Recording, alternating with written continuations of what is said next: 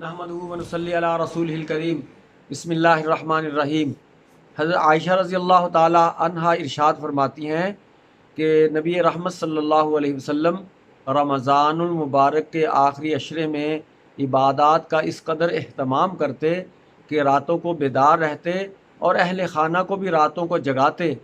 اور یعنی یوں ارشاد فرمایا حضرت عائشہ رضی اللہ تعالی عنہ نے کہ آپ اپنی لنگی کو مضبوطی سے کس لیتے اور رات کو بیدار رہتے اور جاگ کر اللہ تعالی تبارک و تعالیٰ کے حضور خوب قیام کرتے، اللہ تبارک و تعالیٰ کی عبادت کرتے اور اہل خانہ کو جگاتے،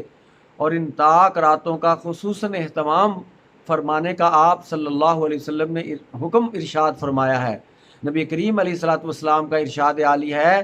کہ جو شخص ان طاق راتوں میں لیلۃ القدر کی رات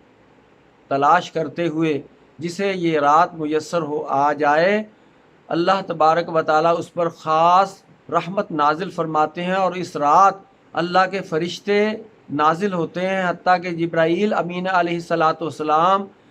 بے شمار ملائکہ کے ساتھ زمین پر تشریف لاتے ہیں، اور جو شخص اللہ کی عبادت کر رہا ہو ان سے مصافحہ کرتے ہیں، اور جو دعا کر رہا ہو اس کی دعاؤں پر آمین کہا جاتا ہے، اور یہ سلسلہ طلوع فجر تک جاری و ساری رہتا ہے۔ اور یہ وہ مبارک رات ہے جس کی عبادت 1000 مہینوں سے افضل ترین عبادت ہے، اور عند اللہ مقبول عبادت کا ثواب ملتا ہے۔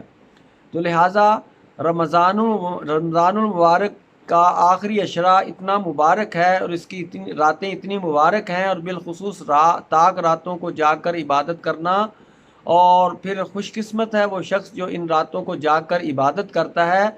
اور اسے لیلۃ القدر کی رات میسر ہوتی ہے، تو وہ اللہ تبارک و تعالیٰ کے ہاں یہ درجہ پا جاتا ہے کہ اللہ کریم اس کی بخشش فرما دیتے ہیں، اور ہمیں ان راتوں کی قدر کرنی چاہیے۔ نبی کریم علیہ الصلوۃ والسلام کے سنت کے مطابق ان راتوں کو جاگ کر عبادت کرنا اور ان کی تلاش میں لگے رہنا، اس میں خیر ہے۔ آپ صلی اللہ علیہ وسلم نے ارشاد فرمایا کہ جس نے لیلۃ القدر کی رات کو جاگ کر عبادت کی اس نے ساری کی ساری خیر حاصل کر لی، اور جو محروم رہا وہ بہت ہی محرومان قسمت ٹھہرا